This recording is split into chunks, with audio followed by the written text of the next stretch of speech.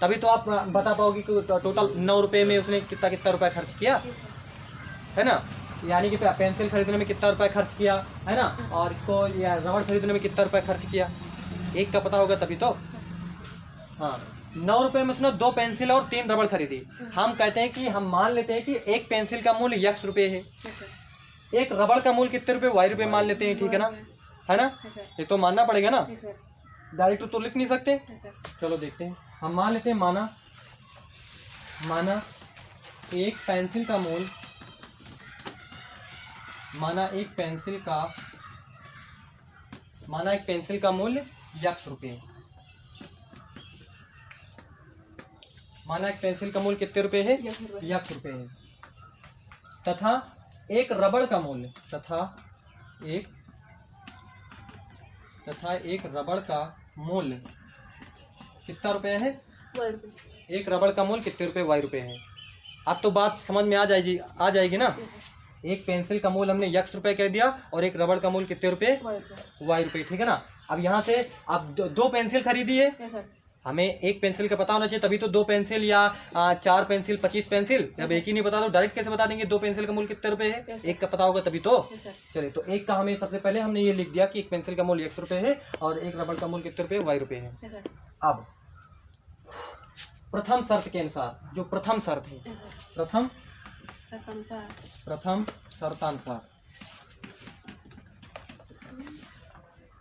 शर्तानुसार क्या कहता है, 9 रुपये में 2 पेंसिल तथा 3 रबड़ खरीदी।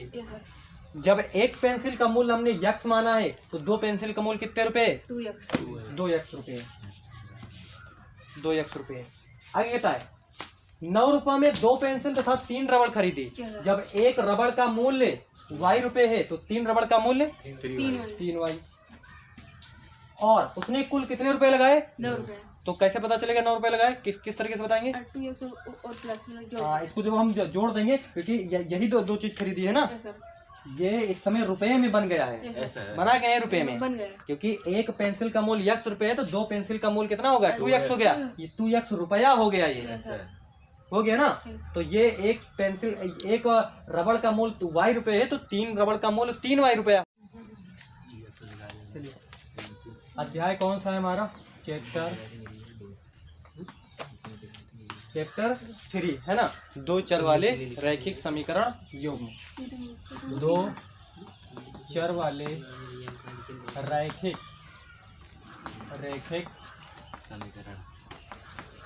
समीकरण युग्म, है ना, 2 चर वाले रैखिक समीकरण युग्म, है ना। चलिए, अभी तक हमने कक्षा 9 तक हमने एक चैप्टर पढ़ा था, कक्षा 9 में एक चर वाले रैखिक समीकरण युग्म, ठीक है ना, एक चर वाले रैखिक समीकरण पढ़ा था, ठीक है ना। यहाँ पर हम क्या पढ़ेंगे, 2 चर वाले रैखिक समीकरण युग्म।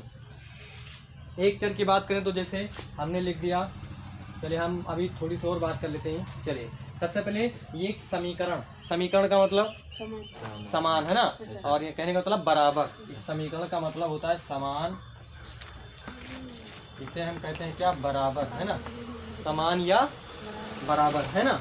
समीकरण का मतलब समान या बराबर। जैसे बराबर को यदि हम बताना चाहें, जैसे हम कह दें कि ये हमारे पास एक तराजू है,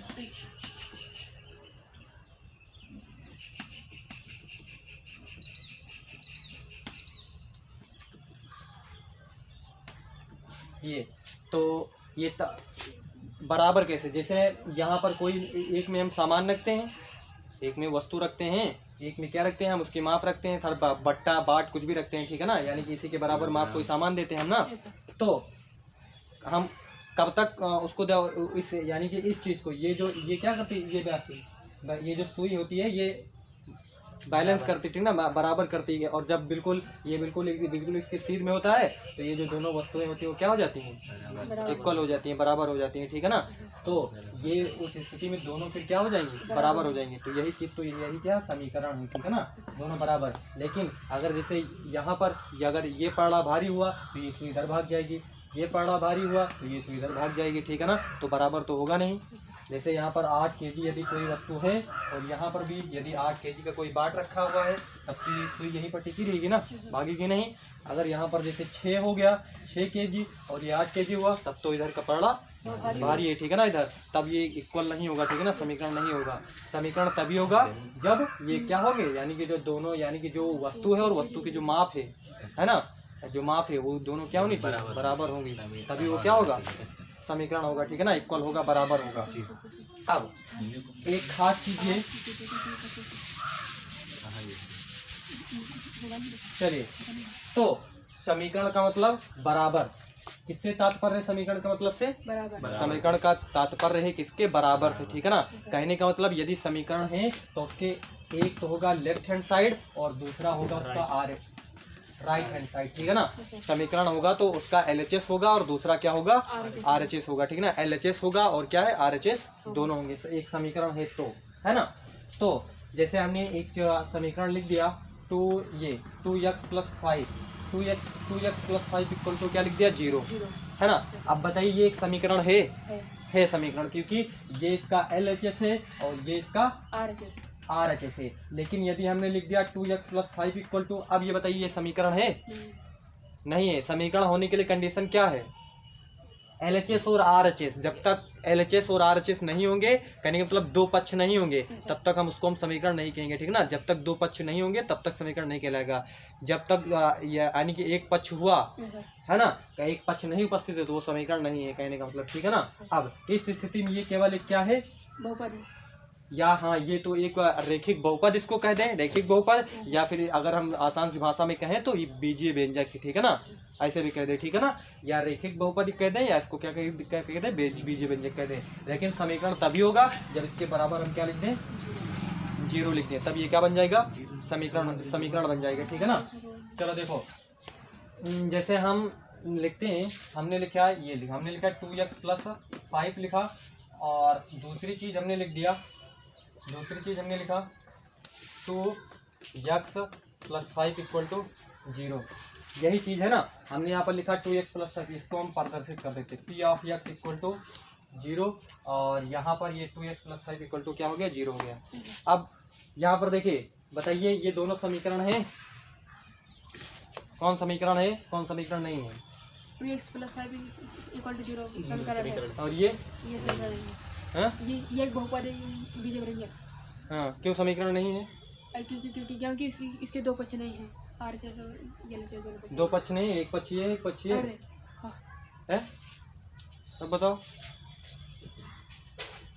है कि नहीं समीकरण, दो पक्ष तो है, हाँ दो पक्ष हैं तो है ना। चलिए, ये यहाँ पर इसके दो पक्ष हैं, अर्थात LHS है और RHS है, वो तो समीकरण में दिखाई देता है, ठीक है ना। लेकिन ये केवल क्या है, बहुपद है, ये जो P(x) है इसको प्रदर्शित करता है, ये केवल इसको प्रदर्शित करता है, ना कि इसके बराबर है ना। ये इस चीज को बताता है, ये P(x) है ना, इसके बराबर थोड़ा नहीं है। ये चीज को क्या करता है, इंगित करता है, प्रदर्शित करता है इसको कि P(x) इक्वल टू 2x + 5 है, ठीक है ना। तो ये इसको प्रदर्शित करने का तरीका है, ठीक है ना। चलिए, तो ये क्या हुआ, समीकरण की बात हो गई, ठीक है ना। समीकरण है तो उसके दो साइड होंगे, यानी कि लेफ्ट हैंड साइड और राइट हैंड साइड। चलिए आगे इसमें कहता है रैखिक।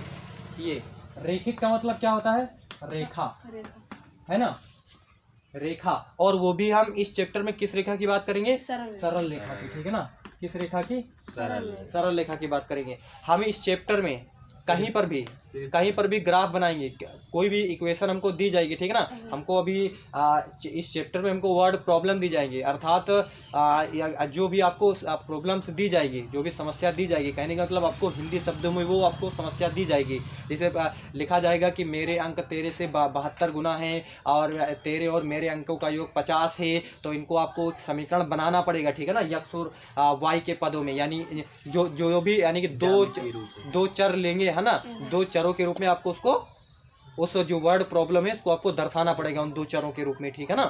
तो यहाँ पर, और ये रैखिक है, रैखिक समीकरण, अगर रैखिक समीकरण है तो जो भी हम जब उसका ग्राफ खींचेंगे तो हमेशा, यानी कि इस चैप्टर में आप जो ग्राफ बनाएंगे, जैसे एक स्टेटमेंट ये दे दिया गया, एक स्टेटमेंट ये है, दूसरा स्टेटमेंट ये है, एक व्यक्ति कहता है एक राम है, दूसरा व्यक्ति श्याम है, हम कहते हैं, ठीक है ना। ये एक क्लास टेस्ट हुआ मान लेते हैं, ठीक है ना, एक क्लास टेस्ट हुआ, ये दोनों लोग क्लास टेस्ट दिए, ठीक है ना। अब क्लास टेस्ट दे करके बाहर निकल आए, ठीक है ना, ये दोनों क्लास टेस्ट देकर बाहर निकल आए, ये बाहर निकल आया तो ये अपने नंबर तो जान गया, लेकिन ये अपने नंबर नहीं जाना, ठीक है ना। तो श्याम ने पूछा कि तेरे कितने नंबर आए, ठीक है ना, ये अपना नंबर नहीं जाना, ये अपना नंबर जान गया, तो श्याम ने कहा कि तेरे कितने नंबर आए, है ना। तो श्याम ने उसका जवाब क्या दिया, हाँ, श्याम ने कहा तेरे कितने नंबर आए, तो राम ने उसका जवाब क्या दिया, ठीक है ना। हम पहले मान लेते हैं कि इसके यक्स नंबर है, इसके वाई नंबर है, मान लेते हैं, ठीक है ना, इसके यक्स है, इसके वाई नंबर है, ठीक है ना। तो राम हमें मालूम नहीं है ना, इसीलिए, क्योंकि ये ना नंबर, ये अपना नंबर देख लिया है, ठीक है ना, ये नहीं देख पाती, ये इससे पूछता कि कितने नंबर तेरे आए, ठीक है ना, तो अभी तक कंफर्म नहीं है ना।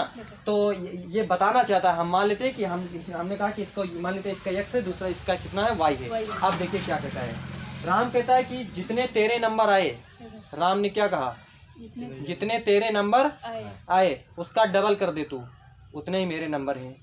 क्या कहा, 5 पाया तो डबल कर दो 10। हाँ, कि जितने, क्या राम ने क्या कहा कि जितने तेरे नंबर हैं उसका क्या कर दे, डबल कर दे, उतने ही मेरे नंबर है, ठीक है ना। तो इसके हमने क्या माना था, वाई माना था, तो क्या लिखेंगे इसको हम, यक्स बराबर क्या लिखेंगे, 2y। चलो यहाँ पर हम इसको दो चर के रूप में कैसे प्रदर्शित करेंगे इस चीज को, हम क्या कहा, राम ने क्या कहा, राम ने कहा कि जितने तेरे नंबर है उसका दुगना मेरे नंबर है, तो कैसे लिखेंगे इसको,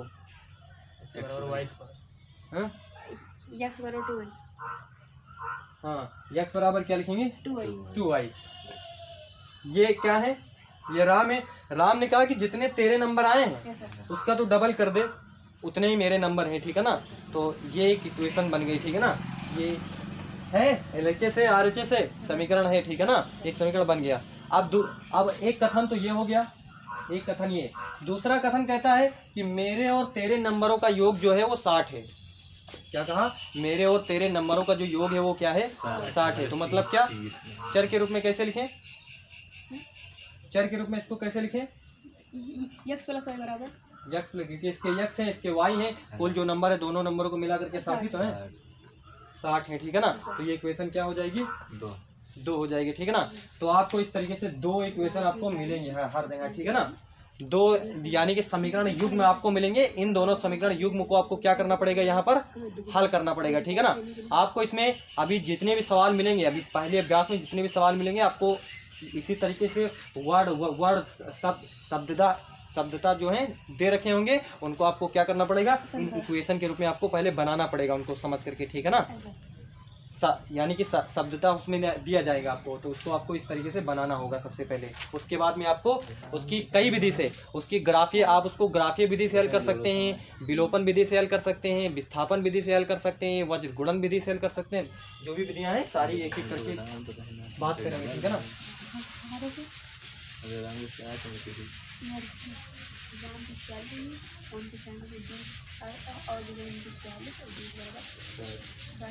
और एक और चीज, यहाँ पर हमने क्या कहा कि सरल रेखा, हम इस चैप्टर में कहीं पर भी ग्राफ बनाएंगे, कहीं पर भी ग्राफ बनाएंगे, ठीक है ना। किसी भी जो भी वर्ड प्रॉब्लम दी जाएगी उससे जो समीकरण बनेगा और उसका जो हम ग्राफ बनाएंगे, हर जगह आपको क्या मिलेगी, सरल रेखा मिलेगी, ठीक है ना।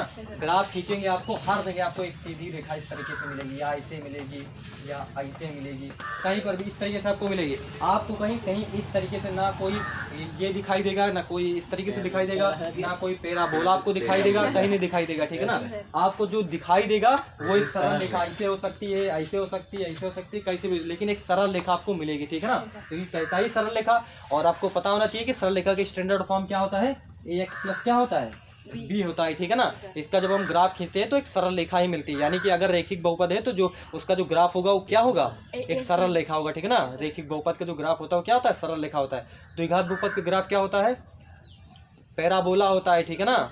जिसमें क्या होता है, a इज ग्रेटर देन क्या हुआ, 0 हुआ, तो उसका ये इस तरीके से बन जाता है, ठीक है ना। a इज लेस देन क्या हुआ, जीरो हुआ तो उसका जो बन जाता है वो ऐसे ऐसे बन जाता है, ठीक है ना। ये सारी चीजें बात कर चुके हैं। छुई के जाए वाला नहीं। अरे छुई के ये बी स्क्वायर माइनस का 4ac इक्वल टू क्या हो जाए, जीरो हो जाए, तब ये क्या कहो कि क्या छू के जाता है, ठीक है ना, ग्राफ जो होता है। तेरा वाला हम लोग यही पढ़ा है, ये देखो छुई के जाए। ये देखो इसी के बाद देखो नीचे तक चलेगा इस स्थिति में, इस स्थिति में। और चलो आगे, अब यहाँ पर ये दो चर वाले पूरे का मतलब समझ में आ चुका है। दो चर ऐसा कितनी बात की अभी तक हमने कक्षा 9 में केवल एक चर की बात की थी। हर जगह आप एक चर वाले रैखिक समीकरण पढ़े होंगे, ठीक है ना। जैसे पढ़ा होगा आपने 2x इक्वल टू 5 है ना, एक चर इसमें है। हमने लिखा 8x plus 9 equal to 0, 10x plus 9 equal to 0 है ना, 10x प्लस 9 इक्वल टू 0। तो ये एक चर वाले रैखिक समीकरण है, रैखिक समीकरण है कि नहीं। रैखिक समीकरण इसलिए है क्योंकि इसमें जो चर की जो घात है वो कितनी है, अधिकतम घात 1 है, ठीक है ना, इसलिए एक रैखिक समीकरण है ना। इसलिए क्या है, एक रैखिक समीकरण है, यानी कि एक चर वाला रैखिक समीकरण है, ठीक है ना। लेकिन हम यहाँ पर क्या पढ़ेंगे, दो चर वाले रैखिक समीकरण, अर्थात जो इस बार जो आपको चर दिखाई देंगे कक्षा 10 में, वो उस रैखिक यानी कि उस समीकरण में कितने चर होंगे, दो चर होंगे। जैसे 2x plus y equal to 9, 100x plus 6y equal to 10 है ना। इस तरीके से आपको दो चर हर जगह दिखाई देंगे आपको, ठीक है ना, यानी कि एक चर दो चर, दो चर वाले रैखिक समीकरण। अब ये रैखिक समीकरण है या नहीं, रैखिक समीकरण है या नहीं है। रैखिक समीकरण इसलिए है क्योंकि यहाँ पर जो x चर है उसकी अधिकतम घात 1 है, जो y चर है उसकी भी अधिकतम घात कितनी है, 1 है, इसलिए क्या है, रैखिक समीकरण है, ठीक है ना। दो चर वाले रैखिक समीकरण, ये दो चर हैं, ठीक है ना, इसको कहेंगे दो चर वाले रैखिक समीकरण। तो हर जगह आपको इस तरीके से युग्म दिखाई देंगे। और दो चर वाले जो रैखिक समीकरण का जो स्टैंडर्ड फॉर्म होता है, अर्थात व्यापक, जिसे हम व्यापक सूत्र कहते हैं, वो किस रूप का होता है, वो होगा ax plus by plus c equal to 0। ये दो चर वाले रैखिक समीकरण का क्या होता है, स्टैंडर्ड फॉर्म होता है ना। ये व्यापक सूत्र होता है ax plus by plus c equal to 0, अर्थात इस तरीके से आपको कुछ क्या होगा, दिखाई देगा, या इस तरीके से, या फिर ऐसे भी हो सकता है ax plus by equal to c, ऐसे भी आपको कहीं दिखाई देगा, ठीक है ना। ये और ये दोनों क्या है, बराबर, समीकरण, ये दोनों प्रदर्शित करते हैं, ठीक है ना, यानी कि दो चर वाले रैखिक समीकरण ये दोनों इस तरीके से आपको रैखिक समीकरण आपको दिखाई देंगे इस चैप्टर में, ठीक है ना, कुछ इस रूप के। चलो अब हम एग्जाम्पल लेकर के सारी बात करते हैं कि किसकी। अब ये इसका मीनिंग तो पता चल गया होगा कि दो चर वाली बात कर रहे हैं हम, रैखिक समीकरण की बात कर रहे हैं, और युग्म का मतलब जोड़ा, यानी कि दो समीकरण का समीकरण युग्म, समीकरण युग्म का मतलब जोड़ा, हाँ, यानी कि दो आपको समीकरण दिए जाएंगे, युग्म जोड़ा दिया जाएंगे, दो समीकरण होंगे। जैसे यहाँ पर ये एक समीकरण दूसरा समीकरण, ये तो युग्म है ना, ये जोड़ा है, एक दो, युग्म का मतलब दो, ठीक है ना, दो समीकरण आपको दिखाई देंगे, तो समीकरण युग्म की बात यहाँ पर की जाएगी, ठीक है ना। उन समीकरण युग्म को हमें क्या करना है, हल करना है, ग्राफ विधि से, प्रतिस्थापन विधि से, वज्र गुणन विधि से, विलोपन विधि से, जो भी विधियां प्रश्न कहेगा उसी अकॉर्डिंग टू क्वेश्चन हम उसको क्या करेंगे, हल करेंगे, ठीक है ना।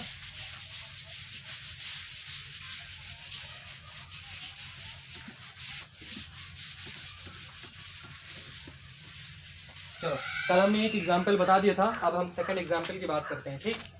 चलिए, कल हमने एक एग्जाम्पल आपको बताया था, उसमें ग्राफ बना था, तो कहाँ पर काट रहा था, 4 और हाँ, यानी कि जो ग्राफ बना था वो जो दो रेखाएं थी, है ना, यानी कि एक तल पर यदि दो रेखाएं हैं तो एक संभावना हो सकती है, ठीक है ना, यानी कि संभावनाएं तो 3 है, लेकिन उनमें से केवल क्या होगी, एक संभावना होगी, ठीक है ना। या फिर वे दोनों जो एक तल में स्थित जो दोनों रेखाएं एक दूसरे को काट दें, है ना, एक दूसरे को काट दें, या ये हो सकता है, या फिर वे एक दूसरे के क्या हो जाए, संपाती हो जाए, यानी कि जैसे एक रेखा ये है और दूसरी रेखा भी इसी के ऊपर इस तरीके से बिल्कुल चली जाए, ठीक है ना, तो ये दोनों रेखाएं संपाती हो जाएंगी। या फिर एक कंडीशन और हो सकती है, या फिर वो क्या हो जाए, दोनों समानांतर हो जाए, एक रेखा ऐसे भी चली जाए, दूसरी रेखा ऐसे चली जाए। समानांतर का मतलब ये यदि इनको अनंत तक, इनको नीचे तक, उनको ऊपर तक, अनंत तक बढ़ा दे, हाँ, तो ये इनकी जो बीच की दूरी कभी भी कम नहीं होगी, ठीक है ना, ये हमेशा बनी रहेगी अनंत तक, जहाँ तक जाएंगे हमेशा इनके बीच की दूरी समान रहेगी, ठीक है ना। तो ये क्या होते हैं, समीकरण की कुछ प्रॉपर्टी होती है ना।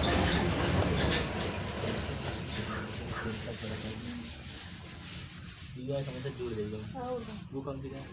चलो एक एग्जाम्पल लेते हैं फटाफट। पेपर से दे रखा है। चलो लिखो एक एग्जाम्पल। सीमा एक स्टेशनरी की दुकान पर जाती है। सीमा एक स्टेशनरी की दुकान पर जाती है।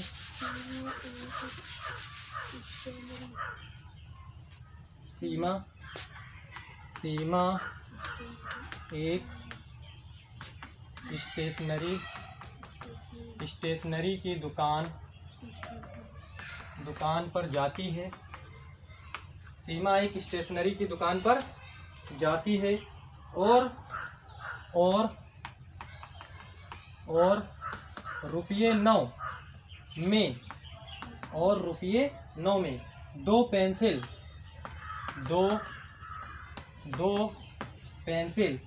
तथा 3 रबड़ खरीदती है।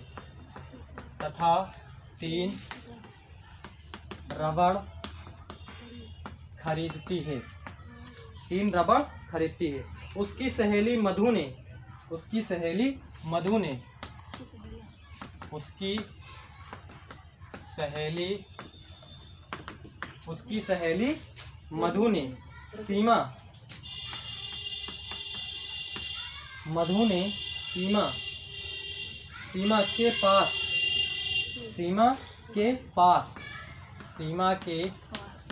सीमा के पास है ना नई तरह की पेंसिल और रबड़ देखकर नई तरह की पेंसिल और रबड़ देखकर और उसने भी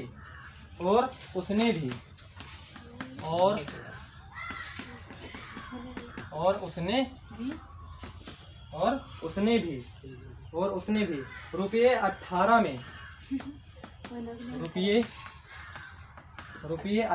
में उसी तरह की 4 पेंसिल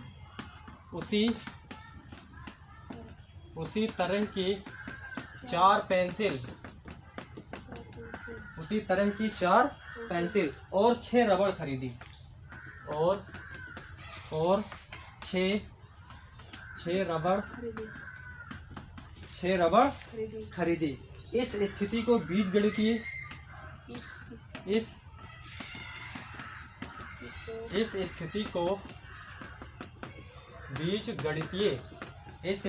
बीजगणितीय तथा ग्राफीय रूपों में व्यक्त कीजिए।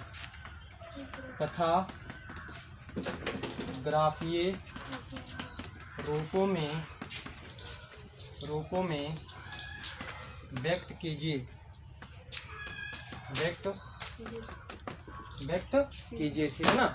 ये जो स्थिति है इसको ग्राफीय और बीजगणितीय रूप में क्या करना है, व्यक्त करना है। बीजगणितीय रूप का मतलब इस तरीके से, ठीक है ना, जैसे 2x + 5 ये सारी क्या है, ये सब बीजगणितीय रूप है, ठीक है ना। इस तरीके से आपको उनको 2x + 5, लेकिन यहाँ पर हम बात करेंगे, हमने पहले भी बता चुका है इस चैप्टर में, आपको 2 चर वाले रैखिक समीकरण की बात कीजिएगा, हर जगह आपको 2 चर दिखाई देंगे, ठीक है ना। चलिए, तो इस कहने का मतलब हमें इस चैप्टर में करना क्या है, हमें इस चैप्टर में यानी कि जो पहला अभ्यास है, आपको कुछ इस तरीके से वर्ड प्रॉब्लम दी जाएगी सबसे पहले, है ना। इस वर्ड प्रॉब्लम से आपको क्या बनाना है, समीकरण बनाना है। क्या बनाना है, समीकरण बनाना है, ठीक है ना। और उस समीकरण से आपको क्या खींचना है, ग्राफ खींचना है, ठीक है ना। वर्ड प्रॉब्लम दी जाएगी, इस वर्ड प्रॉब्लम से आपको समझ करके पहले उसके लिए आपको समीकरण बनाने हैं कि कैसे समीकरण बनेंगे, ठीक है ना। उसके बाद में हम क्या करेंगे, उसका फिर क्या खींचेंगे, ग्राफ खींचेंगे, ठीक है ना। और पहले भी बात कर चुके हैं, यहाँ पर जो ग्राफ होगा वो कैसा होगा, सरल रेखीय होगा, ठीक है ना। अर्थात आपको एक सरल रेखा दिखाई देगी हर जगह। यदि अब हमने आपको संभावनाएं भी बता दी हैं, एक तल में यदि 2 रेखाएं हैं तो वे दोनों एक दूसरे को प्रतिच्छेद कर सकती हैं, वे दोनों संपाती हो सकती हैं, वे दोनों समानांतर हो सकती हैं, ठीक है ना। ये भी कंडीशन आपको सारी याद रखनी है। चलो अब हम इसको पढ़ते हैं और इससे क्या बनाते हैं, समीकरण सबसे पहले बनाते हैं। देखो कैसे बनाएंगे। क्या कहता है, सीमा एक स्टेशनरी की दुकान पर जाती है, ठीक है ना। सीमा एक लड़की है जो स्टेशनरी की दुकान पर जाती है, ठीक है ना, एक दुकान पर जाती है और रुपये 9 में उसके पास कुल कितने रुपए हैं, 9। सीमा के पास इस टाइम कुल 9 रुपये हैं, टोटल 9 रुपये हैं, ठीक है ना। उसने 2 पेंसिल तथा 3 रबड़ खरीदा। है सर। 9 रुपए में उसने क्या क्या चीजें खरीदी? 3 पेंसिल और 3 रबर। मैं दो पेंसिल, 3 2 रबर। पेंसिल और 3 रबर। 3 रबड़ खरीदी। अभी तक बात समझ में आई? है सर। मान लीजिए तुम्हारे पास टोटल 9 रुपए हैं, ठीक है ना? तुमने 2 रबड़ कितनी? दो 2 पेंसिलें खरीदी और 3 रबर। रबड़ खरीदा, ठीक है ना? चलिए आगे बताए। उसकी सहेली मधु ने, उसकी सहेली, अब जैसे मान लीजिए तुम्हारे मित्र ने तुम्हारी पेंसिल को देखा और बहुत अच्छी लगी तुम्हारी पेंसिल, तो उनको बर्दाश्त नहीं हुआ, वो भी गए अम्मा से रुपया मांगे, जल्दी हमको दो, हम भी लाया, हमारा दोस्त तो पेंसिल लाया है, अच्छी अच्छी है, चले हम भी लेके आते हैं, ठीक है ना?